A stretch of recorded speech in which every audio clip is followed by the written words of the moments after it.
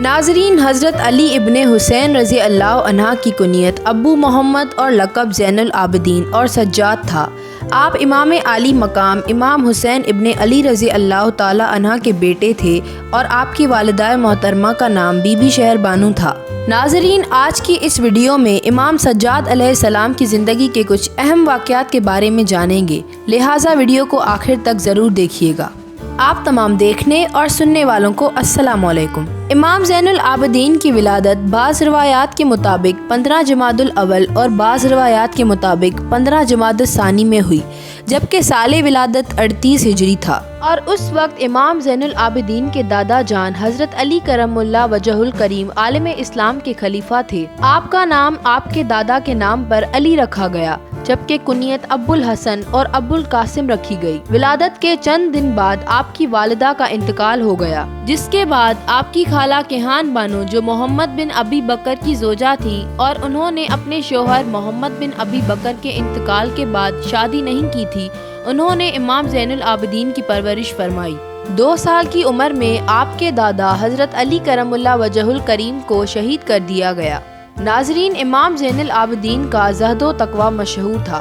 وضو کے وقت آپ کا رنگ زرد ہو جاتا تھا۔ پوچھا گیا تو فرمایا، میرا تصور کامل اپنے خالق و معبود کی طرف ہوتا ہے اور اس کے جلال و روب سے میری یہ حالت ہو جاتی ہے۔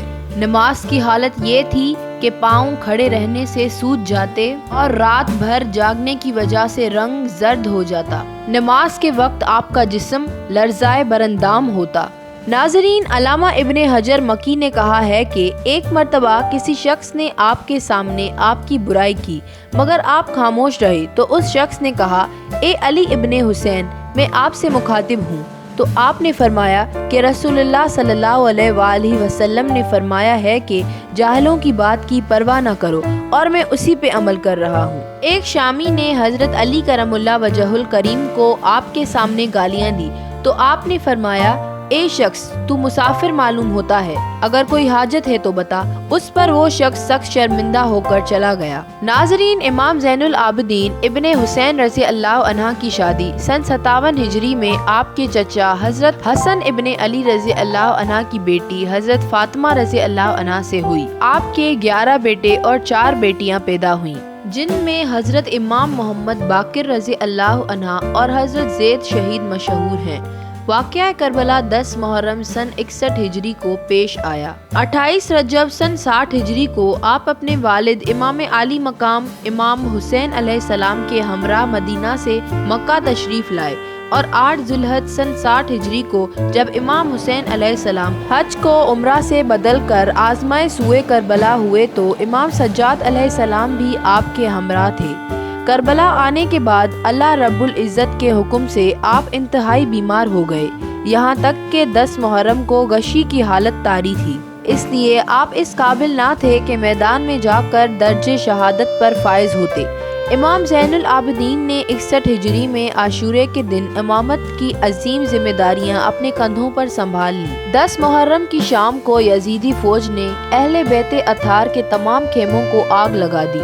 تمام خواتین کو ایک خیمے سے دوسرے خیمے میں جانا پڑا۔ بالآخر امام وقت کے حکم پر اپنے آپ کو بچانے کی خاطر اہل بیت اطہار کی خواتین خیموں سے باہر آ گئیں۔ اس کے بعد تو ظلم کی انتہا ہو گئی۔ 11 محرم کو آپ کے اہل حرم کو امام کے گلے میں لوہے کا توق اور ہاتھوں میں ہتھکڑیاں اور پیروں میں بیڑیاں ڈال کر پہلے کوفہ اور پھر دمشق روانہ کیا گیا۔ تمام شہداء بشمول امام عالی مقام امام حسین علیہ السلام کے سر نیزوں کی نوکوں پر ساتھ روانہ کیے گئے۔ خاندان رسالت کا یہ قافلہ 16 ربیع الاول سن 61 ہجری کو دمشق پہنچا اور عورتوں اور بچوں کو رسیوں میں بندھا ہوا دربار یزید میں پیش کیا گیا۔ 1 سال کی قید و صعوبت کی مشکلات سہ کر آپ 8 ربیع الاول سن 62 ہجری کو مدینہ منورہ واپس آئے اور تمام عمر خاندان رسالت کی شہادت نبی و آخر الزمان امام انبیاء جناب محمد رسول اللہ صلی اللہ علیہ وآلہ وسلم کی آل کی بازار شام اور کوفہ میں کی گئی بے حرمتی پر گریہ کرتے رہے۔ آپ کی زیادہ تر زندگی عبادت اور گریہ میں گزری۔ وہ تمام ارشادات جو آپ کے دہن مبارک سے جاری ہوئے، وہ اعمال جو آپ نے انجام دیے، وہ دعائیں جو آپ کی لب مبارک تک آئیں، وہ مناجات اور راز و نیاز کی باتیں آج صحیفہ کاملہ کی شکل میں موجود ہیں۔ جب امام زین العابدین سے پوچھا جاتا کہ آپ کو کہاں زیادہ تکلیف کا سامنا کرنا پڑا، آپ آہ بھرتے اور فرماتے الشام الشام الشام۔ امام زین العابدین کو اس بات کا سب سے زیادہ قلق تھا کہ نبی زادیوں کو سرے برہنہ فاسق و فاجر یزید ابن معاویہ ملعون کے دربار میں کھڑا ہونا پڑا۔ ناظرین، دمشق میں فاسق و فاجر مرتد یزید ابن معاویہ لعین کے دربار میں امام زین العابدین نے جو مشہور خطبہ دیا، اس کا ایک حصہ یوں ہے: میں پسر زمزم و صفا ہوں، میں فرزند فاطمۃ الزہرا ہوں، میں اس کا فرزند ہوں جسے پس گردن ذبح کیا گیا، میں اس کا فرزند ہوں جس کا سر نوک نیزہ پر بلند کیا گیا۔ ہمارے دوست روز قیامت سیر و سیراب ہوں گے اور ہمارے دشمن روز قیامت بدبختی میں ہوں گے۔ یہ خطبہ سن کر لوگوں نے رونا اور شور مچانا شروع کیا تو یزید گھبرا گیا اور اس نے مؤذن کو کہا کہ آذان دے، امام خاموش ہو جائیں۔ اگر آذان کا وقت ہوتا تو ٹھیک تھا، مگر اس وقت نہ آذان کا وقت تھا اور نہ نماز کا۔ یزید کے حکم پر آذان شروع ہوئی تو حضرت علی ابن حسین امام زین العابدین خاموش ہو گئے۔ جب مؤذن نے حضور تاجدار خطب محمد امام الانبیاء جناب محمد رسول اللہ صلی اللہ علیہ وآلہ وسلم کی رسالت کی گواہی دی تو حضرت علی ابن حسین امام سجاد امام زین العابدین رو پڑے اور کہا کہ اے یزید، تو بتا کہ حضرت محمد صلی اللہ علیہ وآلہ وسلم تیرے نانا تھے یا میرے؟ تو یزید نے کہا کہ آپ کے۔ پھر حضرت علی ابن حسین علیہ السلام نے فرمایا، پھر کیوں تو نے ان کے اہل بیت کو شہید کیا؟ یہ سن کر یزید یہ کہتا ہوا چلا گیا کہ مجھے نماز سے کوئی واسطہ نہیں۔ اسی طرح آپ کا ایک اور خطبہ بھی مشہور ہے جو آپ نے مدینہ واپس آنے کے بعد دیا۔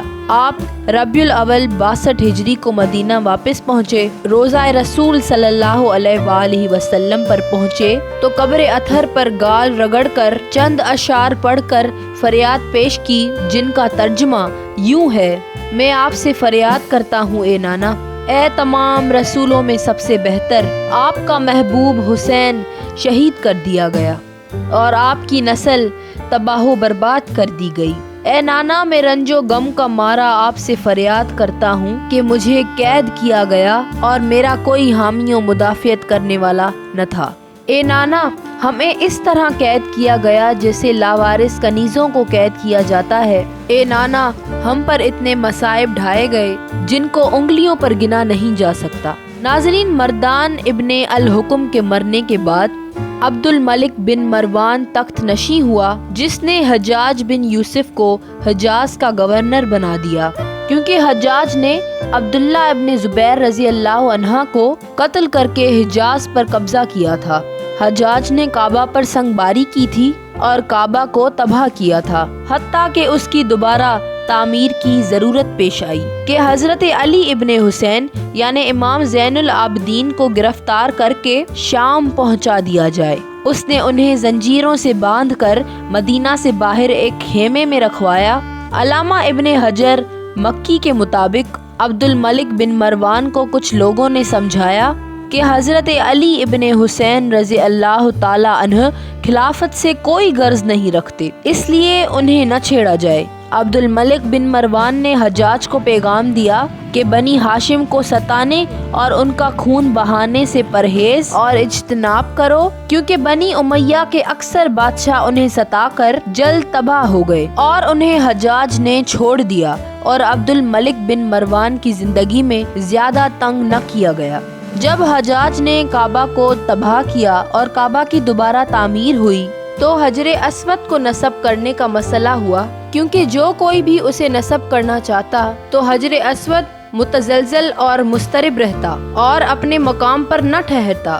بالآخر حضرت علی ابن حسین زین العابدین رضی اللہ تعالی عنہ نے اسے بسم اللہ پڑھ کے نسب کیا تو بخوبی نسب ہو گیا۔ اگرچہ آپ گوشہ نشین تھے اور خلافت کی خواہش نہ تھی، مگر حکمرانوں کو ان کے روحانی اقتدار سے بھی خطرہ تھا اور خوف تھا کہ کہیں وہ خروج نہ کرے۔ چنانچہ 95 ہجری میں ولید بن عبد الملک لعین نے امام زین العابدین کو زہر دے دیا۔ امام مظلوم حضرت علی ابن حسین ابن علی ابن ابی طالب رضی اللہ تعالی عنہ 25 محرم سن 95 ہجری کو درجہ شہادت پر فائز ہوئے۔ آپ کی تجہیز و تکوین آپ کے فرزند حضرت امام محمد باقر رضی اللہ تعالی عنہ نے کی اور آپ کی تدفین جنت البقیع میں امام حسن ابن علی رضی اللہ تعالی عنہ کے پہلو میں کی گئی۔ آپ کی شہادت کے بعد آپ کا ایک اونٹ آپ کی قبر مبارک پر فریاد کرتا رہا اور آپ کی شہادت کے 3 دن بعد وہ بھی مر گیا۔ ناظرین، اسی امید کے ساتھ اجازت دیجیے کہ آپ کو ہماری یہ ویڈیو پسند آئی ہوگی۔ ملتے ہیں ایک اور نئی تاریخی، تحقیقی اور معلوماتی ویڈیو کے ساتھ۔ تو آپ کو یہ ویڈیو کیسی لگی کامنٹ کر کے ضرور بتائیے گا۔ تب تک اپنا اور اپنے پیاروں کا خیال رکھیے گا۔ اللہ حافظ۔